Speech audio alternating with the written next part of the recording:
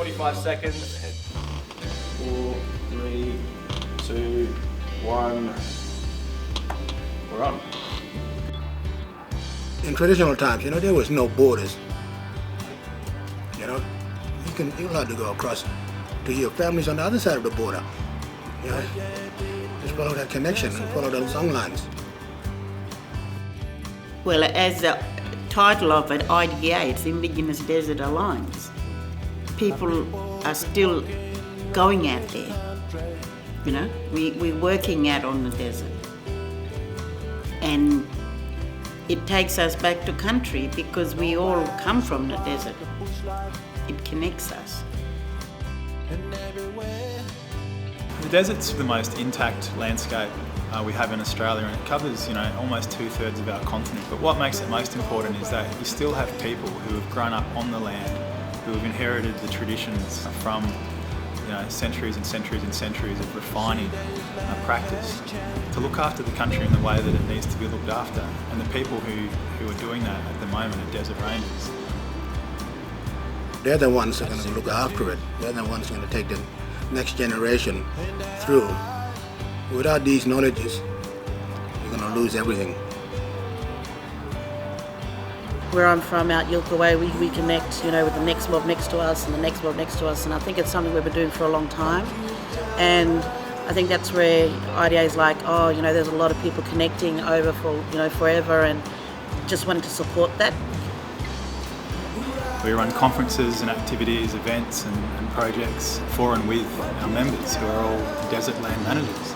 And the conference we're running this week online is an example of that, and it's built around the need for people to come together regularly to share information with each other. So Desert Mob have done that for thousands of years. The IDA is a continuation of that tradition. We're trying to connect every Indigenous people a chance to speak up for their country and for their land, and how they can look after it.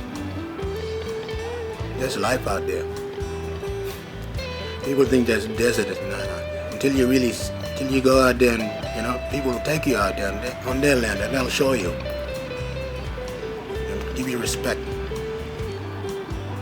To see, ranger teams that are a little bit more experienced coming together with new groups that have just started up and sharing and teaching them up and inviting them out on country and doing exchanges, that's the magic of this. It's when we talk about connection, that's that happening.